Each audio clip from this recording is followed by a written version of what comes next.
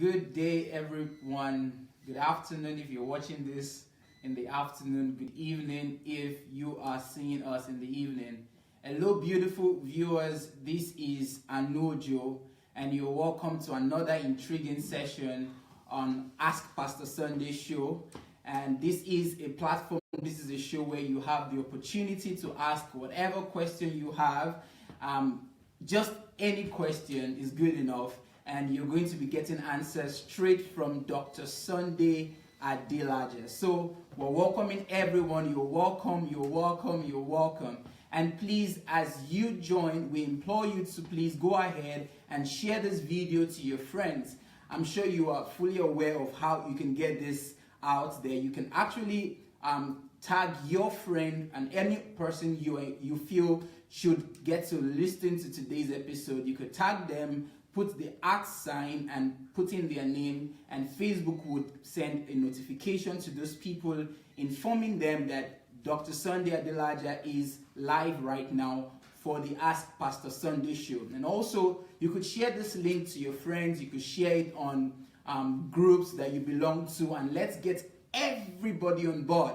Today is going to be another informative session. You're going to learn so much. You're going to get answers to your questions. So while we get more people on board, please let's go ahead and share the video to everyone. Let's share the video to everyone, and let's get everyone on board so that we could learn and we could get some questions answered. And I'm sure many of these questions are going to be of great benefit to you. Many of these questions are going to they're going to bless you. You're going to get answers from these questions. And for many of you who are probably thinking, how can I get my questions asked? How can I get Dr. Sunday to answer my questions? Very easy. How can you do that? Number one step is you can write your questions right now online. So how is it? You're going to put the letter Q, type the letter Q and ask your questions. Type the letter Q and ask your questions, because if you just ask your questions without the letter Q, we won't be able to derive those questions because we would think they are just normal comments. But to help us in distinguishing your comments from your question, please type letter Q and ask your questions. And we'll get all of your questions. We'll try to see if we can answer them into this episode. But if we can't answer them into this episode, be rest assured that in subsequent episodes, your questions will be answered. And what does that mean? That means that whatever we are having Ask Pastor Sunday show, you don't want to miss it. You don't want to miss it. And another way you can ask your question is by going to sundayadelajablog.com/Ask Pastor Sunday, and there you can also send in your questions, and all of your questions will be gathered and we are going to give answers to them. So please, let's keep sharing and let's keep sharing. And I believe more people are needed for today's episode because we're going to be answering questions that will be relevant, giving practical answers to your practical questions, and not just answers that would just fill your head with knowledge, but answers that would give you exactly what to do in whatever situation you are in. So I think at this point, I would like to welcome Dr. Sunday Adelaja, and for him to say hello to our dear viewers. Yep.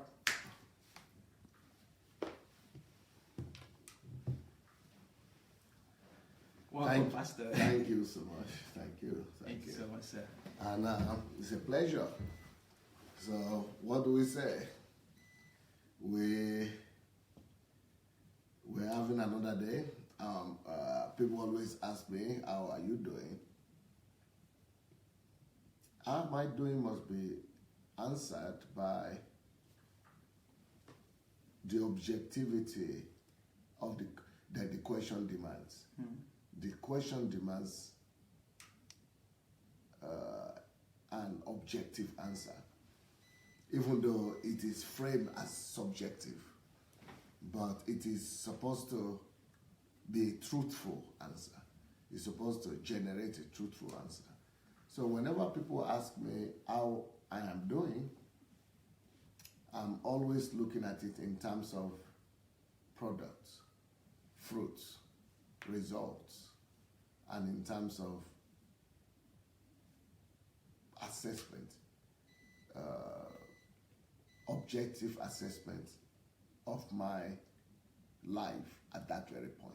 That is what should be the objective answer to that to that question, a truthful answer to that objective question.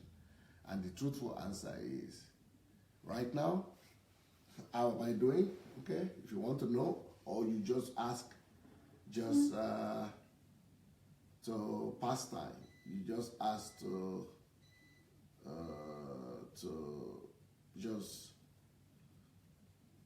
to do what? To abide by the customs and by the rules of the game, that you just need to say, how are you doing? So it depends on what is your motive or what's your objective. If your objective is for me to just to say hi and to just say, how are you doing, for me to say fine, then that's okay, that's one thing. But if your objective is to really find out how I'm doing, then that will require a more detailed answer. Great. Amazing. So this just brings to mind how we also started last Act of the Sunday session. It was also in the same vein. I think I would like you to give a detailed answer, because very few people get to know how you're really doing. Because most times when you come out, you go straight into business. Either you're giving your live shows, you're teaching. Well, very few people get to know your state of mind, what is going through your mind. For me, I've been with you, so I understand exactly what it means to ask you how are you doing and the objectivity that comes with it. But I'm sure many of our viewers, they might not have that access that we have here, being with you day in, day out, knowing what is going on. So they would like to know what is happening and how you're doing, what is going through your mind, and whatever you like to share with them as to how your state is at the moment. First of all, I'm always I'm having a stable state of mind. I'm always stable. I'm always here and now, in the here and now. There is this book that we call In the Here and Now. Yeah, so I'm always in the here and now. And thanks to that, I'm pretty in the state of mind to be able to give the answer to that question, how am I doing? Amazing. And so I'm actually able to give an objective answer to that at any time. So how am I doing is connected to the fact that I'm thinking of how to be able to unveil to the world all that is in me. I don't know if it will ever be possible for me to unveil all that is in me. I'm not sure of that. But I'm at least happy that right now it's like I'm having more and more opportunities to be able to bring out more and more treasures that I have inside me all these years. So all these people who are saying, where is it coming from? Who is it? Or why have you not spoken before? It's just because they didn't know me and where I'm coming from. So, but with these books, at least I'm able to maybe not tell them where I'm coming from, but I'm able to bring forth things that I believe will indeed be of help to people. For example, I'm looking at these new books that I just released. And of course, you know that all these books that we are talking about, as many as they look to you people, but to me, I've not even started. I've not even started at all. So, but the fact that I'm able to put out this book, How Africans Brought Civilization to Europe and to all the continents of the earth. Maybe there are other people who have done some similar things or who have written some similar things, but from my perspective, and from the perspective of an African, and from my perspective, maybe, but I don't think anybody could do it from my perspective. So that's why for me it is special, and it is joyful for me that this book, How Africans Brought Civilization to Europe, can now be accessible to all Africans. At least there is a reference point. At least you can now point every black person to a document, because this is not just my opinion. This is a research-based book that documents, mainly documents, of what Africans and black people have done to change the world. So that kind of thing, for example, makes me to want to do more. It makes me to reflect on other things that I still need to give out there. Even though I've not had any feedback on this book, I've not had any review, I've not had anybody who has read it, but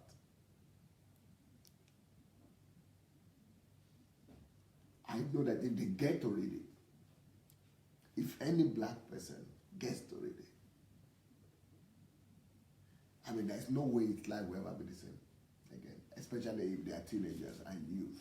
If the youth or teenagers will ever get to read it, there's no way they will ever be the same again.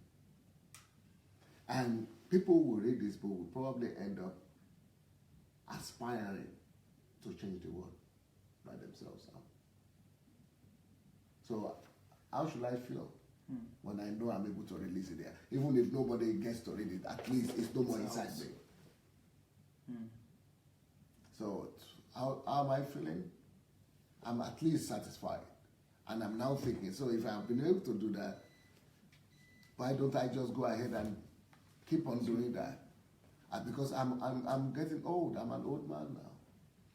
And I'm getting old by the day. Older by the day.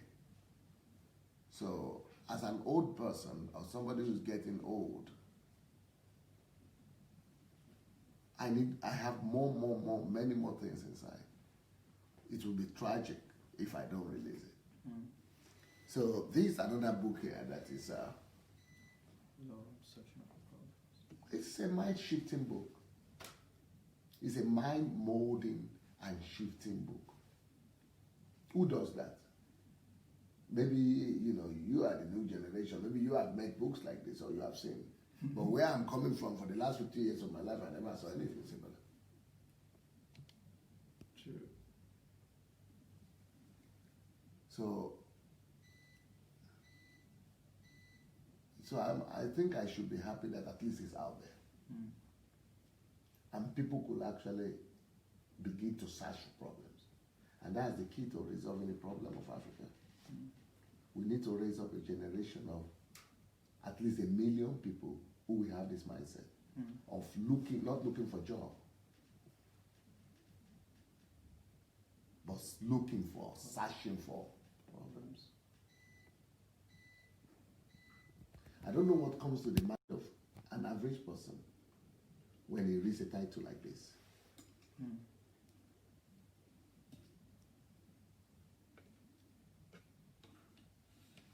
But if they would dare to read it, they will be jumping up and down at the sight of problems.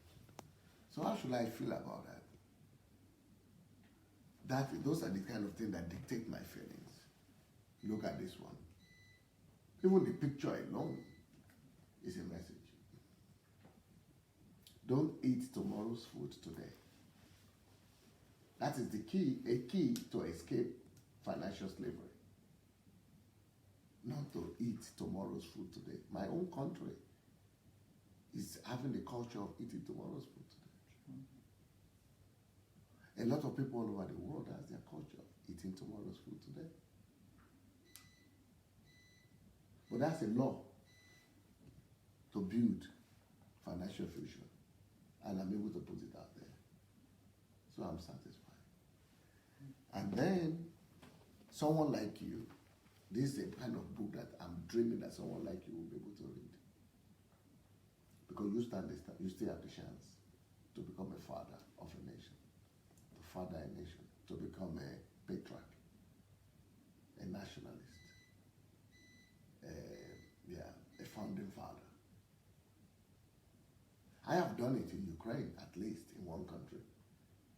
But I'm going to do it in more countries before I go. But now I'm giving the template. I'm providing the template for someone like you. I wish someone has given me a template like that.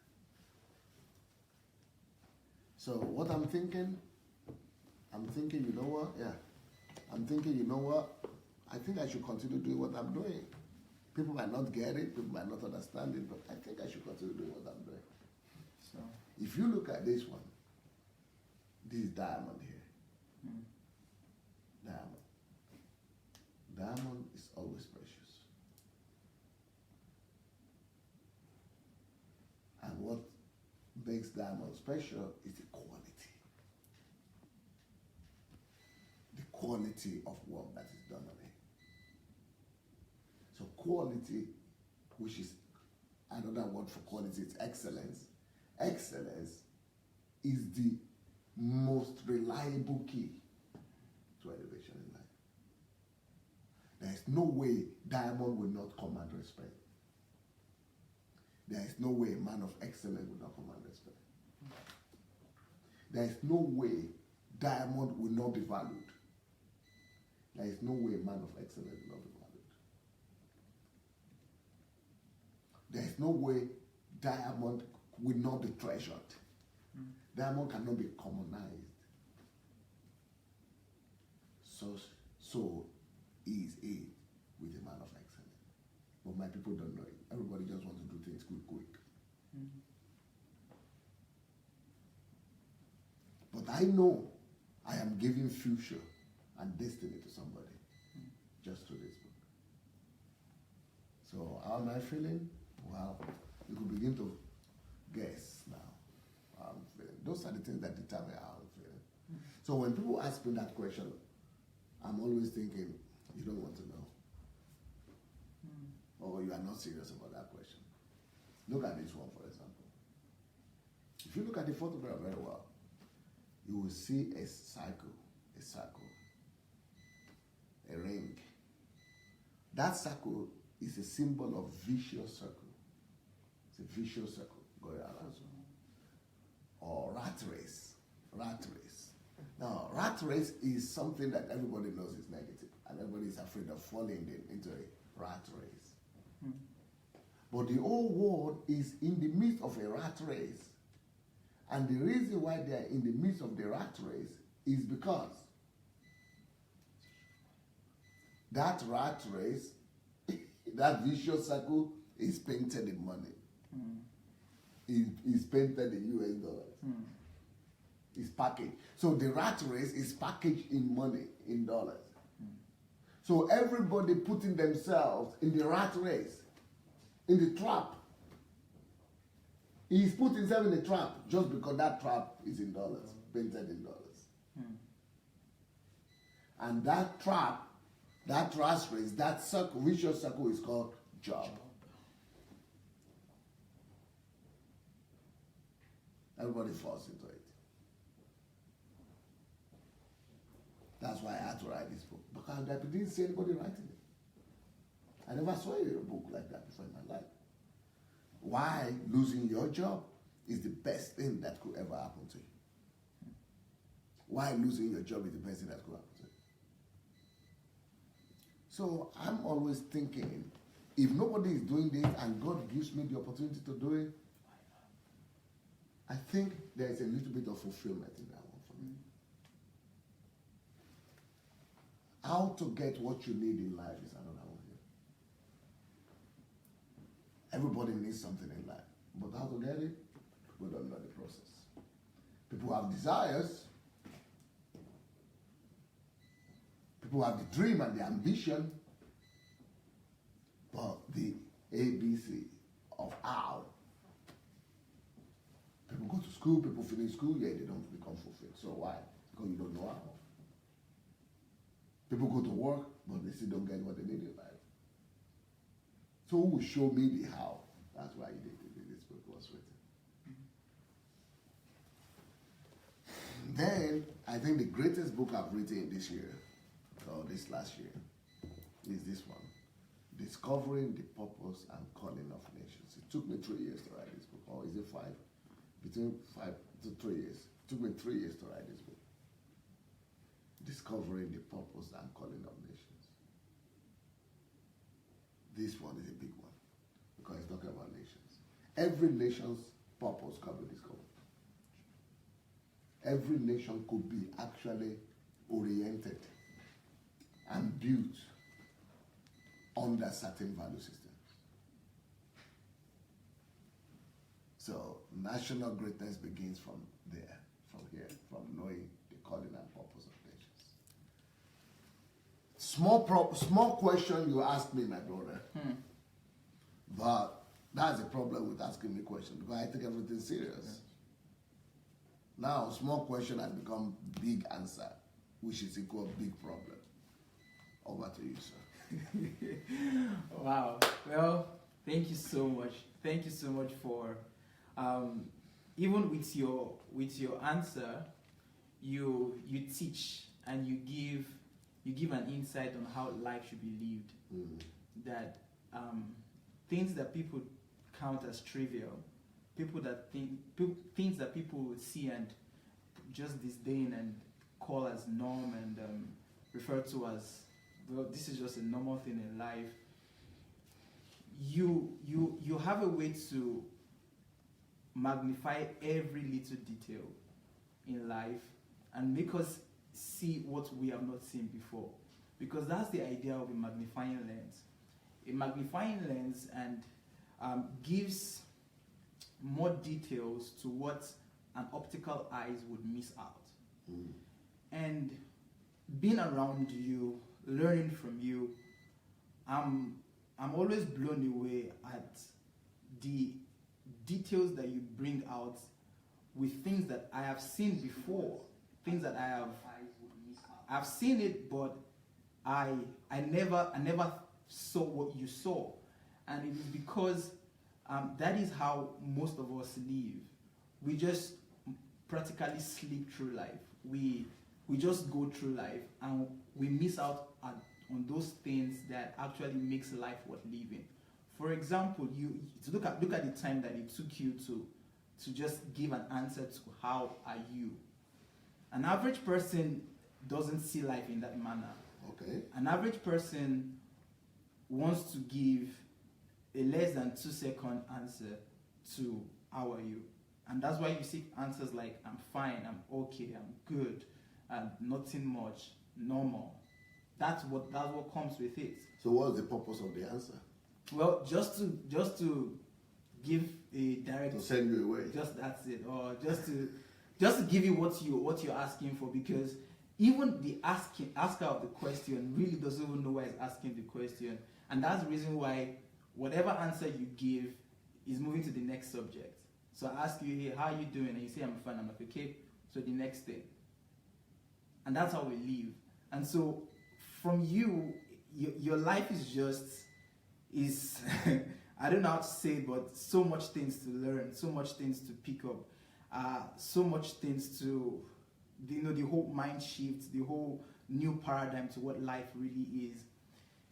For me, I don't know, it's just mind blowing, and it makes me really realize how much I personally need to learn and imbibe into my life, because every day is like I have one thing to learn and trying to learn one thing, I'm seeing other things I need to also learn. Like some of your books here, I'm not even done with the one I'm reading right now, and I'm still trying to, even like I once told you, one of the things I do with your product is that I don't just read it because I want to learn. I read it because I want to be it. I want to read your books and not just quote your books. I'm not just saying this is what Dr. Sunday said. I want to read your books and become that thing and become exactly what you're talking about. And that is the process I'm in right now. And you're bringing in more product for me. And I'm like, Lord, which time do I have to be able to not just read your books, but to actually become it? So it's like a huge dilemma for me, because I'm like, they are just, every day is like an unraveling of new things. I'm watching you, I'm listening to your videos. Even with Bible, I'm like, I'm moving with your books. I've not even started even talking about Bible. Right? What do you mean Bible? As in like your exposition on Bible, like talking about last HMT. Last HMT for me was like, I'm still going on actually. I'm still reviewing the whole HMT, because everything you talked about was from Genesis chapter 1, of which every Christian knows. But then your exposition just from that verse, like, Well, so much work to be done.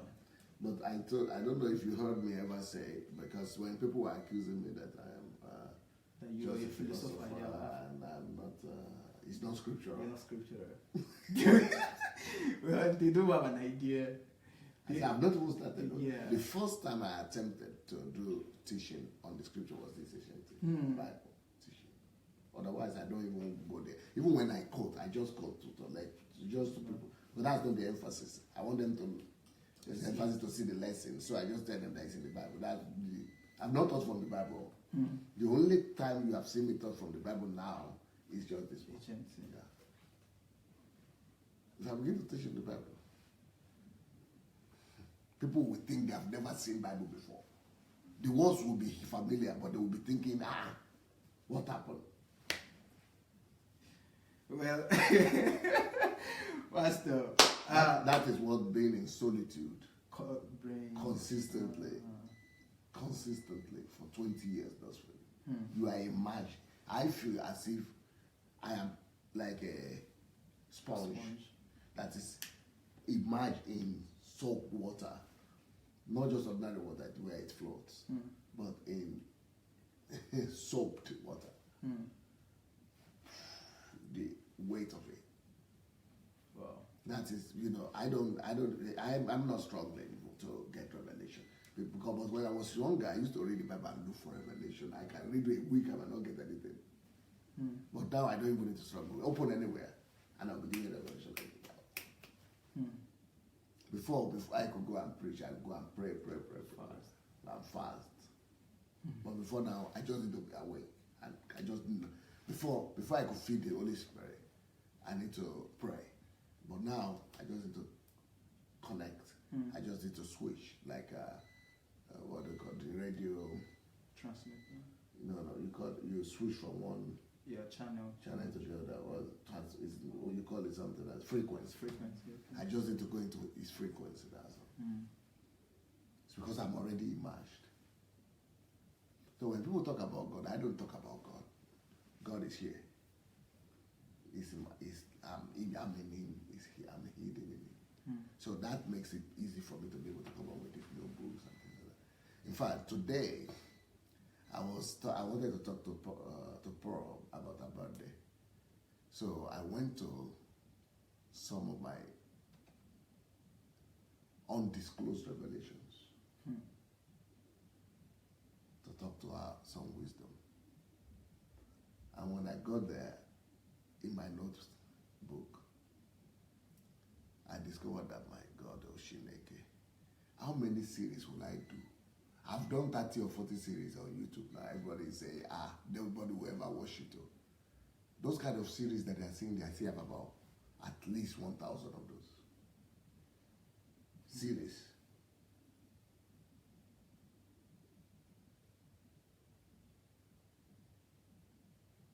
Nobody is talking about them. So one of the greatest desire for me, therefore, is to be able to find a way, optimum way of being able to release these things to the world. For example, what I shared with Pearl today, privately, not publicly, it will be enough for her for the rest of her life. Just about maybe 30 points. She's enough for her for the rest of her life.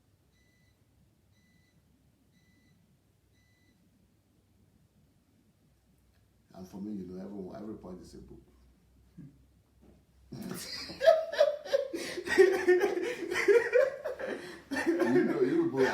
you have discovered that. Well, yes. Wow. Is it you or Victor is always talking about? Yeah, we say, both of us, we say it. That, that them that they will not know. Yeah, what we say is, we've worked on some of Dr. Sunday's book, and we've definitely read some of his books, and this is what we always say, that Dr. Sunday has this, and we don't know how to describe it, of just converting just one idea, it can just be a sentence. Sometimes it can be a word And from just one word or one sentence or one idea, you can get a book and you can get series out of it. The kind of product that would come out from just one idea, just one thought, from it's mind blowing. And that's also what we're talking about. For example, I remember let's take an example of one of these books. I remember this title exactly was one of your videos messages on finances, that why losing your job is the best thing that could happen to you. This is just a point. This is just a point. Viewers, this is just one point out of several points that he had on the finances and financial series. So, and how many pages does it become? And this book is, let me 200 pages. Oh, I think it is over 200 actually. This is like 223 pages. 223 pages. So, well, how many chapters? And this it entails 19 chapters actually. Chapters, not pages. 19 chapters. From just one sentence. Why losing your job is the best thing that could happen to you. So solitude was what helped you. It made the man. Well, but most people in the world don't have time for solitude. It is too time wasting. And the rat race, wanting to look for what to eat, to get jobs. You're working close to 10. How can you just go and lock yourself up? You are not doing anything. I am not doing anything now. But when I come out, I'm able to do 10 or 100 times more than the ones who did along themselves, who didn't shut anything down. Well, I think, Pastor, one thing I can say for sure is that what you're doing, your books, your messages, are actually, these things are producing a whole new breed of humans. Okay, you think so?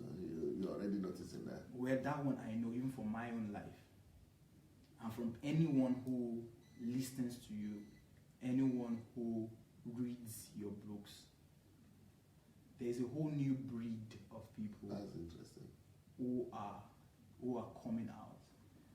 And that one I know for sure, because you're bringing a whole new paradigm to what life really entails in every ramification of life. Not just religious and not just as regards church, but in every area. You have a book on how to inculcate and how to build core values in children. That has nothing to do with church. That has nothing to do with politics. That really has nothing to do with religion. That has to do with family, which happens to be the bedrock and everything of the whole nation and the whole world. And how an ignorant person who just goes into marriage, has children, doesn't even know how to raise those children up. Now he reads that book, gets a whole new idea of what it means to be a parent and how to train his child. This is a whole new breed. And then what happens is that these children that he begins to raise gets to understand some of these core values of what life is about. And then that's how it keeps going. And then there's a whole new breed of people. Well, I think you're really causing a whole revolution in the world. And I'm not making an overstatement. This one I know. Because from the people who are getting enlightened through your products, through your books, through your videos, the whole mind shift is happening, the whole revolution is happening. And this is a whole new breed of people that are coming out. A whole new breed of people who have a deeper understanding of what life really entails, a deeper understanding of what it means to actually exist here on this planet, a deep understanding of who God is. You hear testimonies of people saying they never knew who God is. They never even had a relationship with God. They never even knew what their life really entails. But then just getting this your product, listening to you, there's a whole, it's like a whole light bulb is just on, and that's what you see, that's what you hear. I'm sure you read. No, I'm thinking, I'm not sure of that, what you are talking about. I think, I'm tempted to think that you are probably talking just of yourself and your friend that you know. No, not just myself. I'm not sure people notice, people see me and notice what I'm doing. All these books we are talking about. I think maybe some people might have noticed it, but not, I don't think it is quite like the way you are saying. I think you are talking about yourself, really. Well, definitely, my own story can be the bedrock of what I'm saying. So it's not a new breed. but by saying a new breed, I know what I'm saying, because everything that we have today it started from somewhere.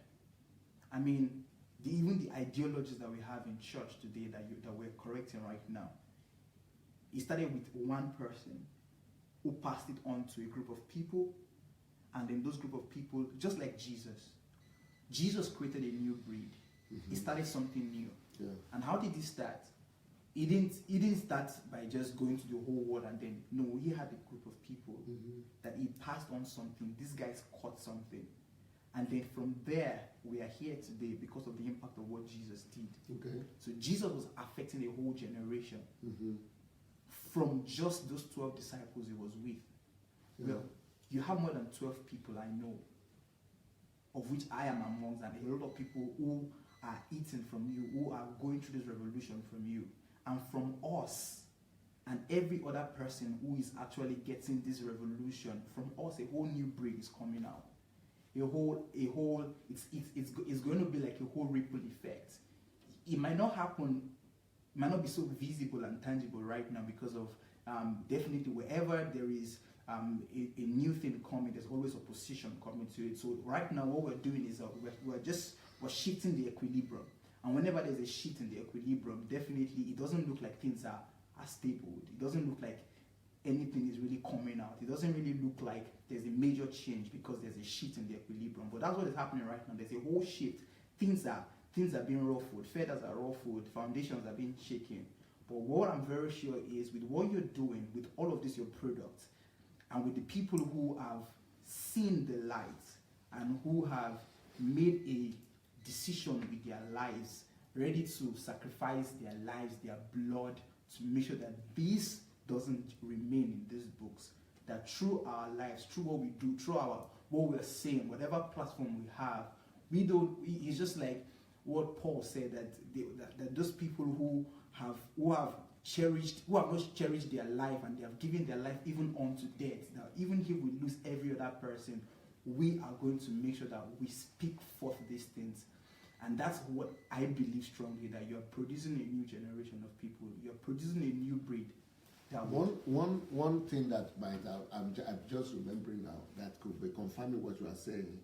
Yes, I know you, I know Victor and Success and people like that who are around me here. But one thing that also will confirm what you are talking about will probably be what I noticed recently. I was talking, was it yesterday or 2 days ago, about this book. How could you become the Abraham of your nation? Then somebody reacted to this book that I never expected that person to react to it. I was expecting the person to react to other books like this one, for example, Don't Eat Tomorrow's Good, or something like that. Or maybe this one. So I was not even paying attention to this. I was talking to somebody else. And then the person is Mayowa. And then Mayowa said, that is the one I like. This is the because first of all, because I say fathers, because I'm talking about you could become Abraham of your nation. That's like becoming a father of a nation. You could father a nation. And she said, that's what I want. First of all, that is very helpful to me, because I don't now need to go and be convincing her or other women that this is not just about men. That this is also for women. So I was thinking I still need to do some work to make women know that this thing is not just about men, that anybody could be. But she's already doing it. And I was thinking, whatever she's doing just by default. That's what I used to think. What I was thinking. I was thinking, she's doing the program she's doing because God just put her there because of the environment, and God just helped her. But I didn't know she's actually having faith that she herself can become Father of Nation, which means she's already intentional. And Father of Nation is not geography, it's not territory. True. It's breed of people you influence. Yeah. The breed of people you're able to lead in the different direction. So, that is what confirms what we are now talking about. That, but for me again, it's easier for her because she's just near me. She's around me. So, just like my children, like all of you. So I could see what you are talking about in you or in people who are right here around me. Or with Russians, I don't even need to bother about that because they are doing it, they have done it, they have run away with it, they are running with it, I don't care for, they are already, that one is done. But if you talk about these books you are writing, is breeding a new breed of people, I have a problem with that. Because first of all, I know that Africans are not reading. And even the ones that say they have read, they don't know how to read my book yet.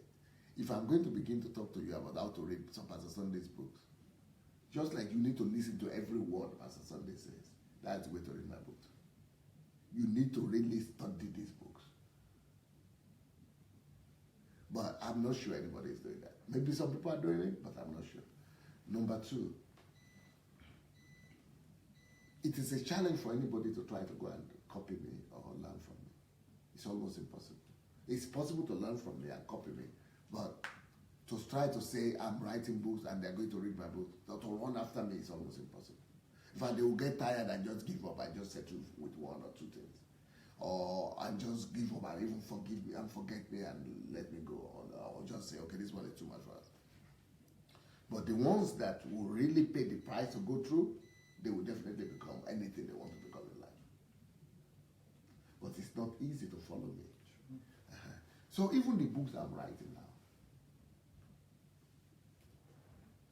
many people, no matter how much desire they have, they will never be able to read them. All of them. All of them. So I'm not even telling people to do that again. I say, okay, maybe you should distribute and make money. And I'm not even sure people will read it. That's why I'm not getting money from these books. I'm not making money from them because I just want to make sure that from my own part, I do my part, I give out what is in me. But the fact that it will produce the result, I hope. I know that when I get to Nigeria, it will, because I have other strategies there. But you are saying that it is already producing results. What I'm doing right now, as far as I'm concerned, is not to produce results right now. I'm just, because when I get to Nigeria, I might not have time to be able to do this thing. So I'm just releasing what is in me. But is he already producing a result? I will be happy if it is. But who knows? Because I'm no more deceived by people who come to say Hosanna today and they will say crucify him tomorrow. But the disciples will remain. True. So, but, I'm hearing you, but... Yeah, yeah, I understand exactly where you're coming from. Yeah, and what I'm saying is, it's just like giving a pictorial representation of what I'm saying. Now, a mother of a child gets to be obvious to everyone when she gets to like a 6 months, 7 months, Pregnant. 8 months pregnant. Yeah, the pregnant woman. But then we understand that the whole process doesn't start and it doesn't start when you start seeing her being pregnant. Okay. So what you're saying and the picture you just painted is 6 months pregnant. 6 months pregnant, Okay. 7 months, 8 months, 9 months, and even to the point of delivery. Okay. But what I'm saying is that, sir, there is already conception. I mean, the sperm and the ovum have met and is meeting. Yeah, I think that is accurate, yeah. Yes, and we are already making progress. I think that is accurate. We are already making progress. So some people, there's just fertilization right now, but there's life. So some people, they're already in the first month, second month, but sir, it is happening already. And like you rightly said, when we get to Nigeria, then it becomes very obvious. The 6 month, the 7 month. The market. Exactly. But you know, for example, some people who are watching me now will be saying they are offended because what about us who are on the platform? We come every Sunday, every day, day and night. We follow DSA. We are DSA family. But you know, I've been through so much that I'm no more flattered by those things. Because somebody who is DSA family today could become my enemy tomorrow and be doing another platform to castigate me. That's number one. Number two, a lot of those people on the DSA family who are coming, they don't even know what I've done. Okay, so for some people, for example, it would have been a shock. There was a day, I think it was 2 days ago, a certain Shola called in from Texas, from Dallas or Texas. And he's an inventor now, and he used to be a pastor in Africa, in Nigeria, in the creek of Ogoniland. So that was at the point when he met me. You know, because he was, even though he had the mind all his life, he was always smart. But when you are smart in church, they make you a pastor. True. It's like the kind of church people have in Nigeria now. The only way to serve that God, the kind of God they have, the only way to serve him is to become a pastor. Go and open a parish. So they send this guy to go and open parish in that creek. So that was the thing. And that was at that point I came to Nigeria and it was in the meeting. So, and then things began to happen in his life and he came to testify. So he's now an American and inventor and employing people and this.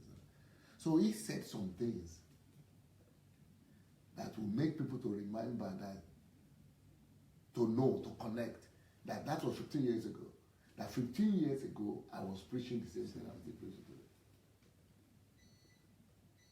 Okay, for example, he made an example that when I came to the pulpit, because when I was coming to church, they would take koboko.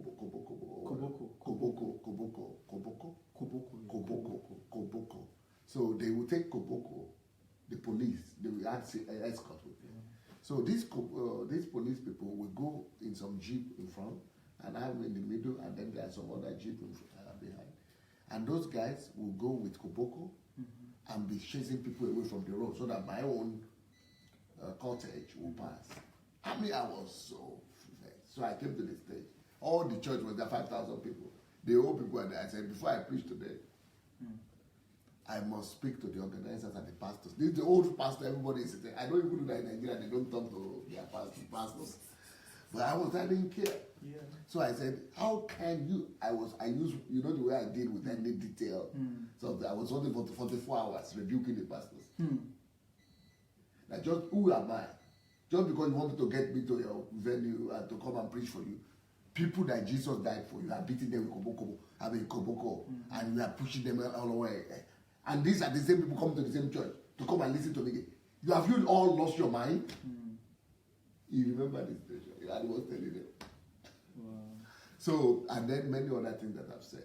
So, but many people cannot connect with that past. Many people have not even paid the price of going to my YouTube. To watch. Not even the new ones. At least watch the old ones. Who is this Pastor Sunday? Do research.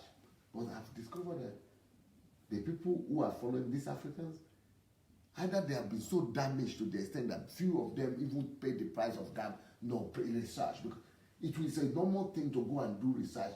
What was this guy talking about 20 years ago, 10 years ago? And those things are there. You don't need to suffer. Those things are there in the YouTube, on my YouTube stuff, the old messages, church in Ukraine, how is the church in Ukraine, what is happening there, everything is there. But those things that are there from church in Ukraine, it's only 1% that were translated to English. The material that we have in Russian language in the church here is more than everything on that YouTube, like 100 times.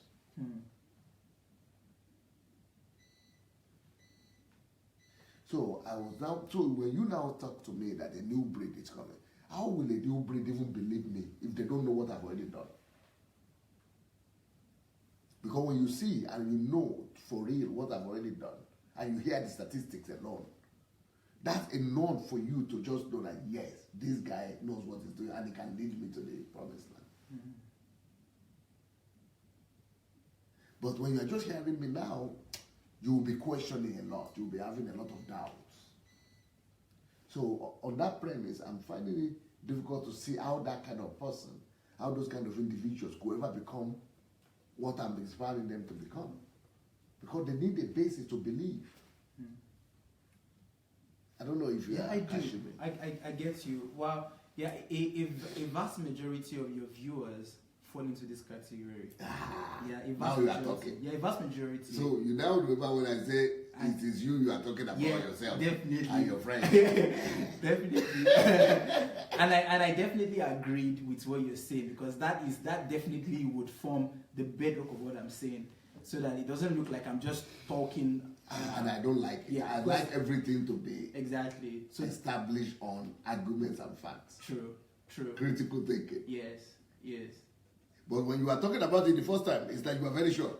Yeah, because of which you brought out, your argument is very true, in that what I'm saying is based on my experience. Yeah, and I'm speaking from my experience.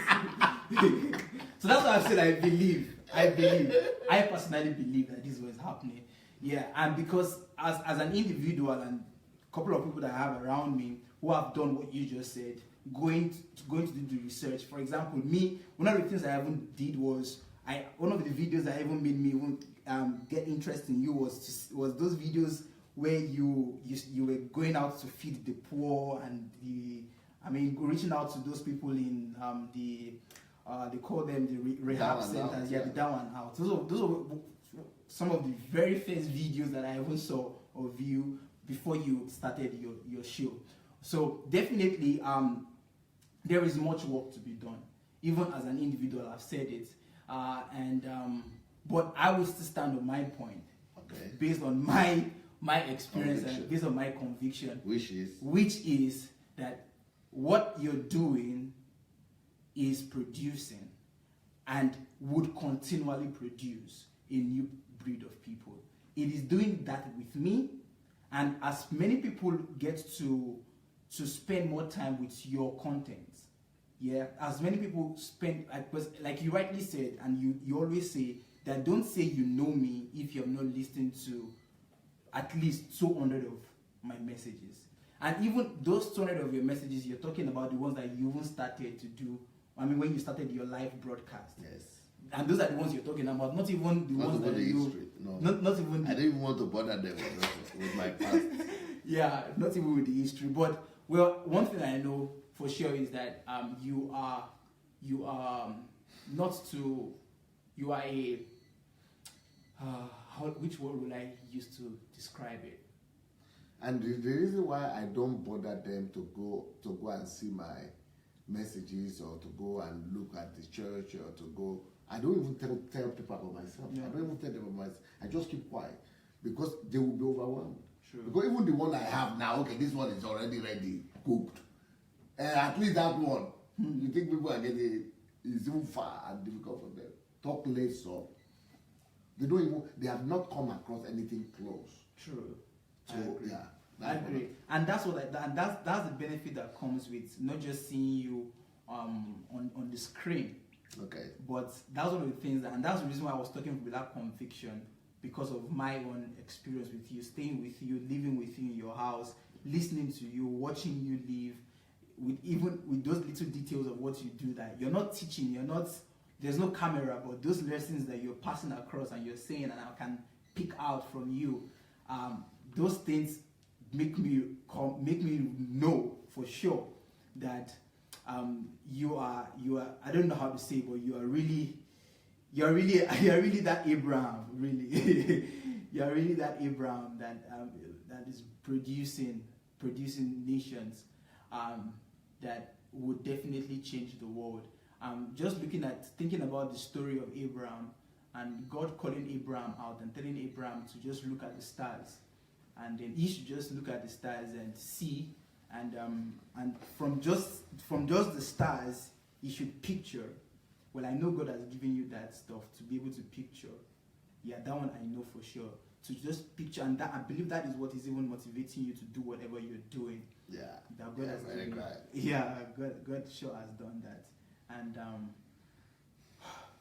well, I as an individual, 300 years picture. 300 years, yeah, because I'm sure what Abraham saw, I'm sure he saw centuries, years ahead of him, and I believe God is so amazing that of all things He told him to do, He told him to just come out, not look at the houses around, not look at the trees around, but to look into the stars, get the sand and the sands of the sea, and to just envision. I believe the experience of Abraham was beyond just looking at the stars like an average person would do that, or a normal person would just come and say, okay, oh, these are the stars.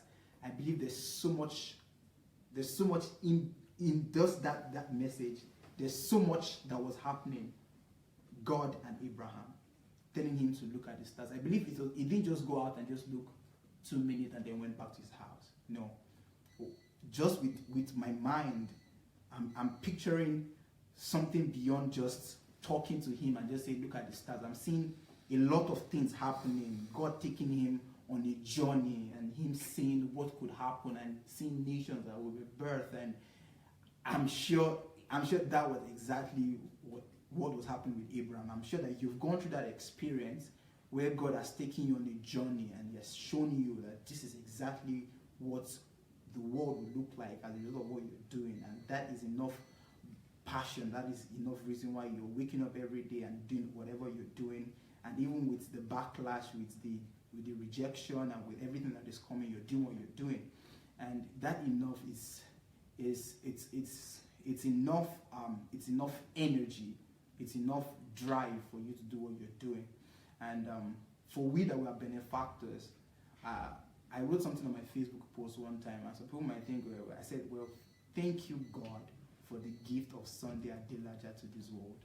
Well, that is not just particular for you, because everyone is a gift to this world. But to see someone who is doing what you're doing, demands an extra appreciation to God, because.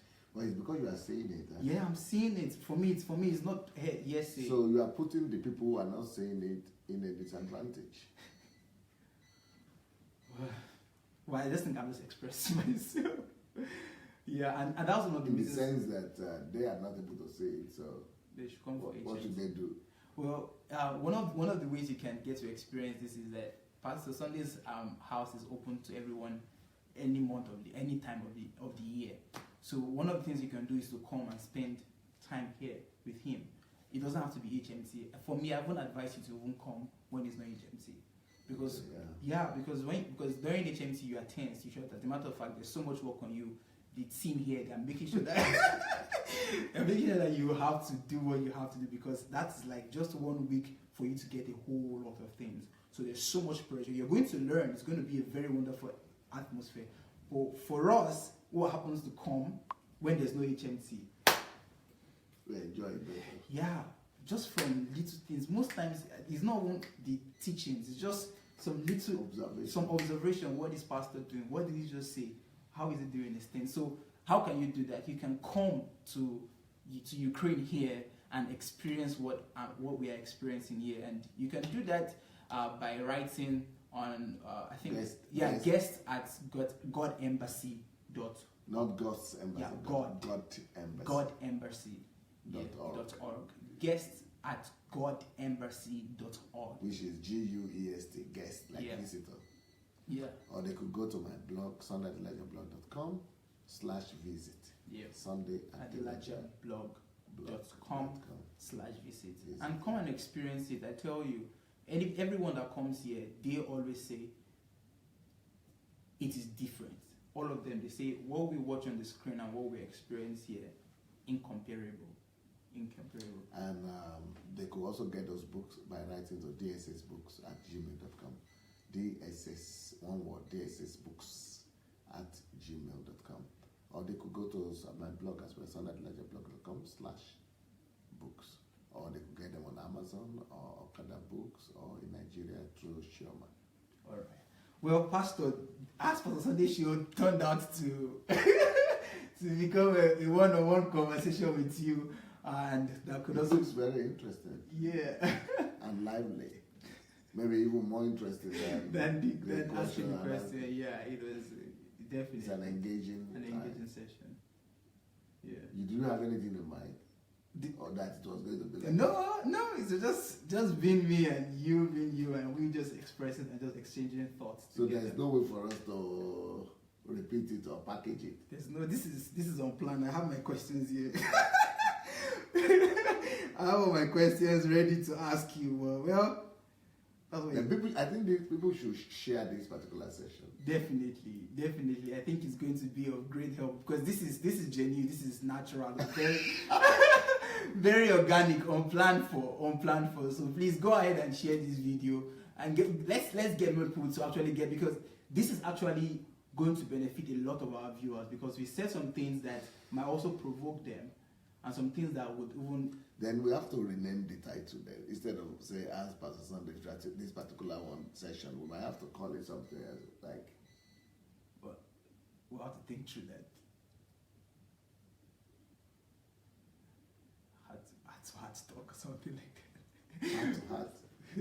Maybe heart to heart talk. Or ask for the Sunday. Okay, we can't change it. Well, we'll think about that, Pastor.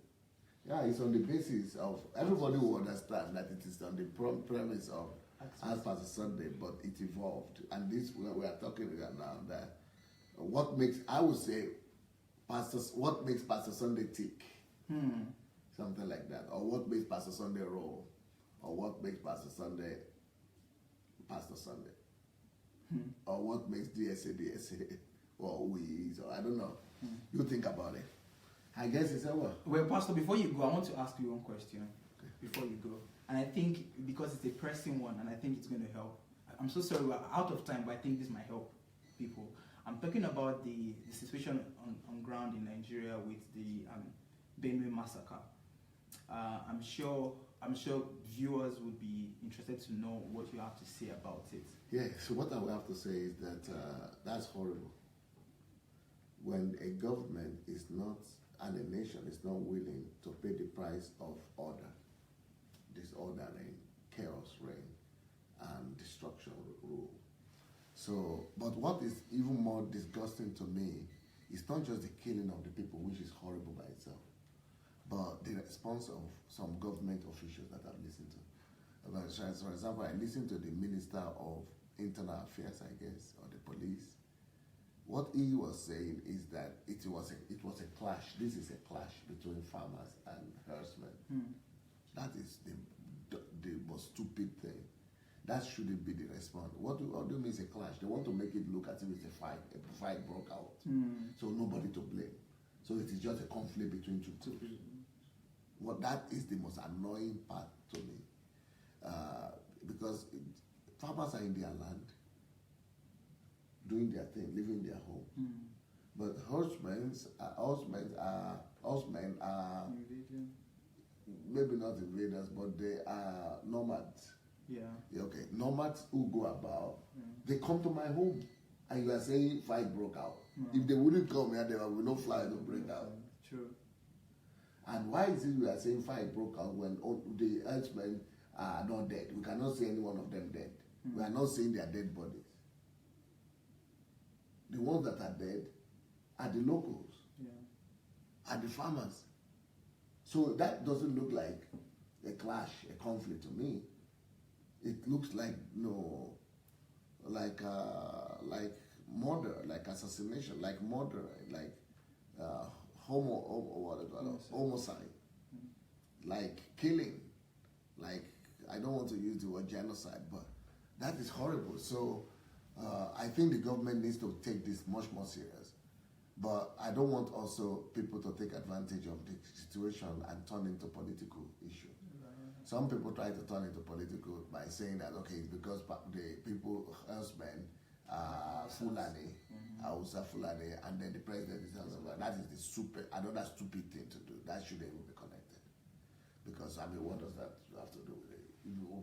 In 2015 and 2014, 2013, 2000, all those years of Jonathan, Mm-hmm. the henchmen were killing too. Sure. In fact, they have killed more people during that time. Over 2,000 people were killed, much more than during this particular president. But we shouldn't connect that. That's silly. And it is only PDP or politicians who will try to fool the people who don't think and make them to think like that. We shouldn't make it political in the sense that we shouldn't connect it to the person of the president. It's a national issue, it's a national problem that is connected with Fulani, Hausa Fulani people who are herdsmen. And it is not just in Nigeria that they are herdsmen. They've been herdsmen before Nigeria even came up to being.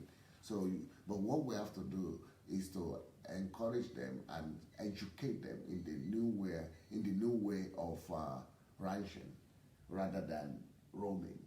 So instead of keeping to the old age tradition of looking and roaming to look for feed, we should be actually turned into agricultural, poultry, farming, livestock kind of farming, and then ranching. It should be turned into ranching, or like in East Africa, into safari. What do you call it? It's not, it's safari. Farm. What do you call it? Not farm.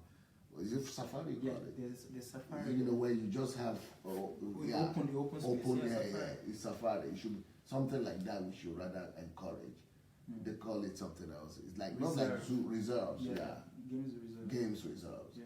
So things like that, and plant the thing for them, and plant feed, but that takes organization. True. Takes the order. Yeah. But that is the price of law and order we are not paying as a nation, but we are paying the price of human lives. Yeah. Destruction. Yeah. That's what I would say for now. Well, that's so true. And I'll encourage everyone to. Now, somebody might say, why is it that I've not spoken? Okay.